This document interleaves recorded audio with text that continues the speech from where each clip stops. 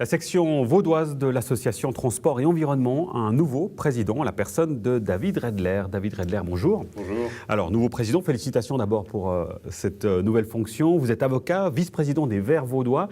Votre action s'inscrit finalement dans la continuité, vous l'avez dit, avec une priorité qui reste, et ça ne surprendra personne pour votre association, la mobilité douce, avec évidemment une particularité, un axe spécifique, les vélos. Exactement. Le travail qui a été fait par l'ATE dans ces dernières années est excellent. Logiquement, notre ancien président Dimitri Simos, qui était également chez les Verts, a fait un travail de fond. L'ATE Vaud est une des seules sections de l'ATE qui croît. Elle croît bien, elle croît très bien.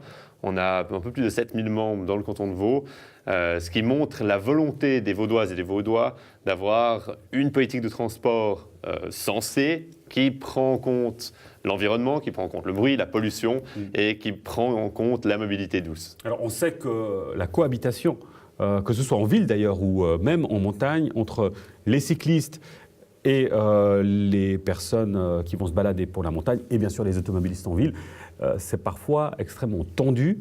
Vous êtes plus dans une optique de discussion, de dialogue, où vous dites parfois il faut quand même taper du poing sur la table et puis aller à la confrontation. Alors, il y a les deux. Naturellement, on est clairement dans une optique de lier tous les modes de transport. C'est-à-dire, naturellement, le vélo s'inscrit dans la ville. Le vélo joue un rôle central dans la ville. Plus vous avez de vélos, moins vous avez de voitures. Donc, finalement, moins vous avez de bouchons, moins vous avez de pollution.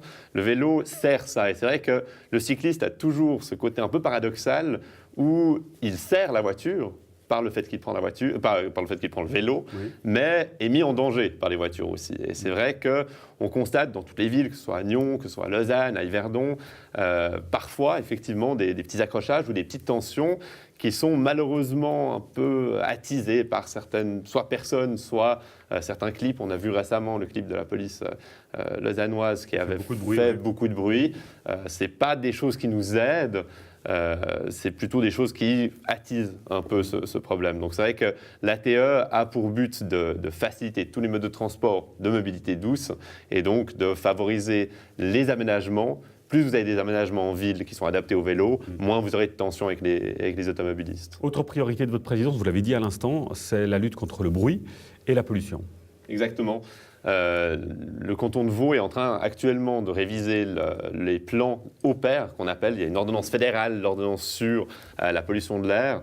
On révise le plan OPER et c'est vrai que des éléments qu'on a pu voir actuellement, malheureusement, la mobilité douce a été à peu près oubliée ou en tout cas en grande partie laissée de côté, notamment la mobilité douce qui est offerte par les vélos électriques.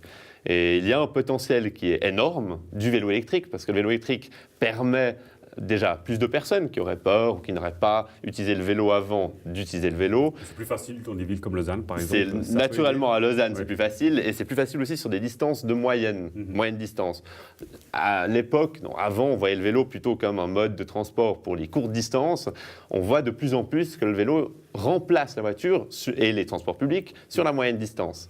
Et c'est clair que le fait que le vélo électrique n'ait pas été pris en compte dans les révisions OPER est un problème. C'est là-dessus aussi qu'on souhaite agir en tant qu'association.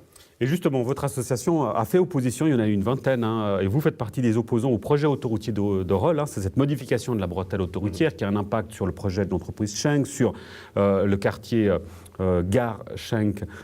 Ça aussi, c'est des éléments. Alors, pourquoi? Qu'est-ce qui vous pose problème dans ce projet? Pourquoi avez-vous fait opposition? Alors, lorsqu'on voit la réfection de la gare justement de Rolle, comme la réfection de la gare de Gland, ce sont des réfections qui se sont inscrites dans le respect, notamment de la mobilité douce, piétons et cycles.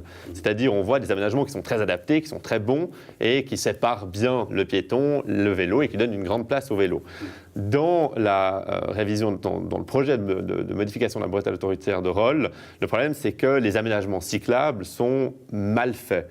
Ils sont mal faits parce qu'ils sont discontinus. Donc vous avez une bande cyclable et parfois une piste cyclable sur certains très brefs, très petits endroits. Mais vous avez des bandes cyclables qui ne se continuent pas, qui finalement s'arrêtent à certains endroits, notamment à l'approche des giratoires. Donc ce que vous demandez, c'est qu'il y ait de manière continue ces pistes cyclables. Et dans ce cas-là, ce projet pourrait passer pour vous? Alors, on demande, il y a une alternative qui pourrait s'offrir. Soit on offre de vrais aménagements cyclables, c'est-à-dire un suivi continu pour les vélos. On leur permet, on leur donne une route directe, d'autant plus que la piste elle-même, donc la route qui est concernée par ce projet, est une des traversantes qui est mise dans le projet cycle de l'agglomération Nyon. Donc c'est une place directe. Si ce n'est pas possible, l'autre éventualité, c'est de développer une autre route qui est une traversante. Mais il faut une alternative, il faut quelque chose qui soit proposé pour les vélos. Voilà, à suivre, comme on dit évidemment, sur ce projet. À signaler aussi, alors ça sera toujours un grand succès, c'est la bourse au vélo. La prochaine a lieu ce samedi à Lausanne au Parc de Milan, puis ce sera à Nyon la semaine prochaine, le 2 juin. On rappelle le principe, on vient soit pour vendre son vélo ou ses vélos, ou en acheter. Exactement. Donc à Nyon, ce sera sur la place du Château, comme vous l'avez dit. L'idée, c'est que tout un chacun peut venir de 9h à 10h donner son vélo. Donc on n'offre pas son vélo, on met son vélo en vente.